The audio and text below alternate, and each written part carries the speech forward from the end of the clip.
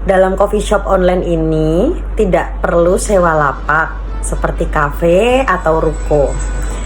Owner juga memiliki keahlian dalam memilih biji kopi yang berkualitas dan memiliki pengetahuan mengenai kopi dan cara pengolahannya. Harga produksi dapat kami tekan dan tetap mempertahankan kualitas biji kopi. Weakness: hanya sebagian orang yang mengerti digitalisasi sehingga peminat generasi yang kurang paham akan sistem online akan kesusahan dan hanya berfokus pada generasi milenial yang update akan digitalisasi. Yang kedua, bisnis yang memiliki pesaing yang cukup banyak sehingga kita harus terus berinovasi dalam membentuk ciri khasnya tersendiri. Ketiga, karena kita menjalankan bisnis online dan tidak memiliki tempat fisik sehingga bisnis kami kurang terkenal atau kurangnya awareness dari masyarakat.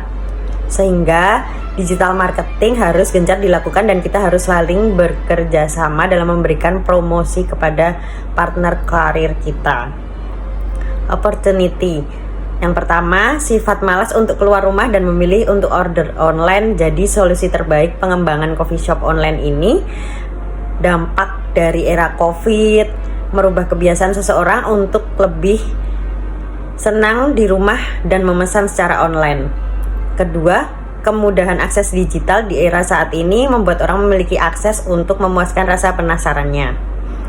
Ketiga, promo yang menarik kami sajikan hingga customer selalu ingin membeli. Treatnya, sinyal, kendala teknis, dan sebagainya. Yang pertama, owner coffee shop. Yang kedua, manajer. Yang ketiga, accounting. Yang keempat, admin online yang menerima dan mengirimkan orderan. Yang kelima, ada digital marketing. Yang keenam, ada customer service dan kasir. Yang ketujuh, ada barista. Budaya organisasi dalam coffee shop ini dimulai dari beberapa nilai-nilai budaya yang ditanamkan ke semua anggota coffee shop sejak awal coffee shop ini didirikan. Nilai budaya tersebut yaitu kedisiplinan, saling percaya, peduli terhadap sesama, memiliki integritas yang tinggi, dan selalu mau belajar dari hal-hal yang terjadi. Maksud dari nilai kejujuran tersebut di mana karyawan harus bersikap jujur dalam bekerja, baik dilakukan untuk diri sendiri maupun sebuah organisasi atau perusahaan. Hal tersebut dilakukan karena kepercayaan itu sangat sulit untuk dilakukan setiap orang dan dapat mengakibatkan kita tidak kompatibel untuk bekerja. Selain itu, kerjasama dan peduli terhadap sesama, di mana para anggota organisasi yang dapat melakukan kerjasama dengan sesama anggota dapat membantu keberlangsungan pekerjaan dan juga pekerjaan menjadi lebih ringan dan cepat. Sistem manajemen dalam budaya organisasi coffee shop ini juga dengan meningkatkan kinerja para karyawan dengan siklus-siklus perencanaan, pemantauan, penilaian, dan juga meningkatkan ketertarikan dari karyawan melalui pemberian reward atas pencapaian kinerja masing-masing karyawan. Dengan adanya pemberian reward atau hadiah ini dapat memberikan semangat bagi para pekerja agar dapat lebih giat lagi dalam bekerja. Dan juga hal ini dapat menguntungkan perusahaan. Saya akan menjelaskan berapa kira-kira jumlah sumber daya manusia yang dibutuhkan dalam usaha online coffee shop ini. Yaitu pertama ada owner coffee shop dibutuhkan 1 orang, manajer 1 orang, accounting 1 orang, admin online dibutuhkan 3 orang, kemudian ada digital marketing 1 orang, dan kasir juga customer service yang masing-masing dibutuhkan 1 orang. Kemudian terakhir yaitu ada barista dibutuhkan 3 orang. Saya akan menjelaskan peranan dan fungsi dari sumber daya manusia di sini, yaitu owner sebagai penggagas adanya bisnis coffee shop yang berbasis online, yang ia ciptakan dengan konsep yang berbeda dari coffee shop lainnya. Owner juga berperan dalam pendanaan dan perencanaan usaha coffee shop serta menciptakan konsep-konsep baru yang anti mainstream dari coffee shop lainnya, dan juga untuk penghematan biaya sewa atau ruko atau kafe yang pada era sekarang cukup mahal.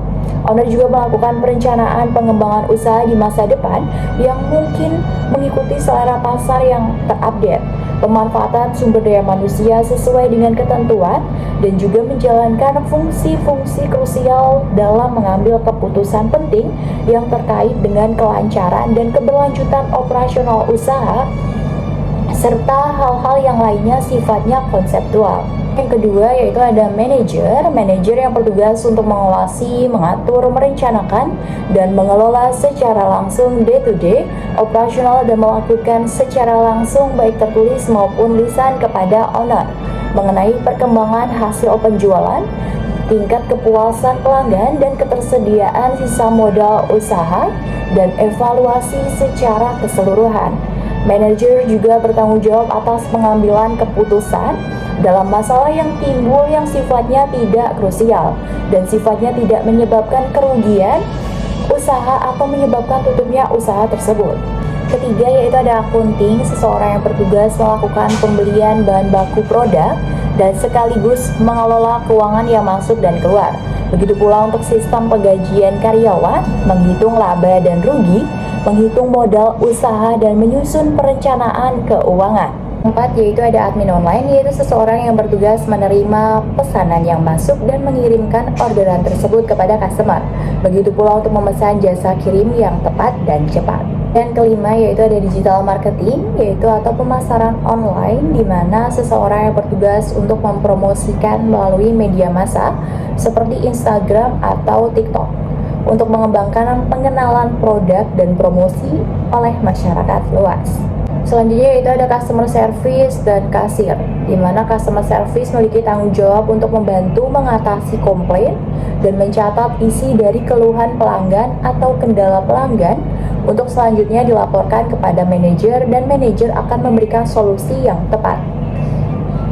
Selanjutnya itu ada kasir yang bertugas menghitung jumlah uang pemasukan harian untuk selanjutnya akan memberikan laporan penghasilan setiap harinya kepada akunting. Dan yang terakhir yaitu ada barista, di mana tugasnya membuat racikan kopi rahasia dan melakukan packing produk. Barista juga bertugas untuk mengetahui dan mengecek bahan baku di gudang serta memberikan laporan terkait ketersediaan bahan baku kepada akunting agar dilakukan pembelian barang. Faktor yang mempengaruhi komunikasi dalam organisasi dan bagaimana mengimplementasikan komunikasi yang baik dalam organisasi tersebut. Komunikasi yang dilakukan antara pimpinan dan subordinat ataupun dengan stakeholder lainnya akan dilakukan dengan cara yang baik, secara terhormat dan santun. Kami akan selalu menempatkan semua orang dalam level yang sama tanpa memandang jabatan dan latar belakang orang tersebut, sehingga komunikasi yang kami lakukan terhadap semua orang yang terlibat dalam bisnis yang kami jalankan dapat dilakukan dengan baik, sesuai dengan nilai dan norma yang kita yakini, yang berkonsep profesional, jujur, terpercaya, terbuka, fleksibel, santun, dan solutif.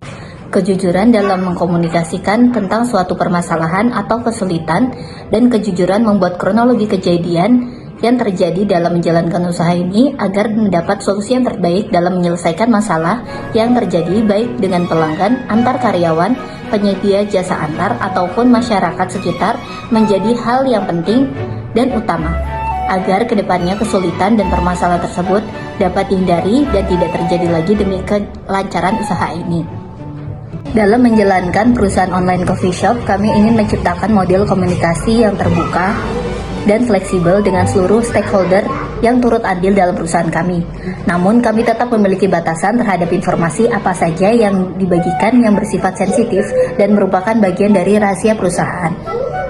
Kami juga menempatkan orang-orang yang kompeten di bidangnya agar dapat mengerjakan tugas sesuai dengan job desk-nya. Kami menempatkan manajer yang memiliki kemampuan interpersonal yang baik, kemampuan mengolah dan mengelola informasi yang berasal dari subordinat atau bawahan, dan menyampaikan ke owner coffee shop, serta menginformasikan arahan dari pimpinan kepada subordinat dan manajer yang memiliki kemampuan dalam mengambil keputusan mengenai suatu masalah yang timbul dalam menjalankan usaha. Di dalam dunia bisnis sangat dibutuhkan sekali dorongan aspek etika, seperti yang pertama ada tanggung jawab yang mana memiliki rasa tanggung jawab penuh terhadap individu, dari mulai pemilihan biji kopi dari petani, kemudian pembuatan kopi dan pengantaran kopi kepada customer secara teliti dan tanggung jawab. Yang kedua ada teliti akan semua aspek kepada customer, kita membuat semua pelayanan dan pekerjaan pun berjalan dengan lancar dan sesuai. Kemudian yang ketiga ada kejujuran, yang mana kejujuran sangat penting sekali dalam dunia bisnis untuk membentuk rasa percaya kepada semua rekan kerja dan kepada semua customer. Kemudian yang keempat ada disiplin. Dengan disiplin berbagai aspek yang membuat kinerja kita dinilai baik oleh customer maupun oleh rekan kerja. Yang terakhir ada loyalitas. Dengan ini membuat daya tarik semakin tinggi dan membuat customer bertahan dengan bidang kita.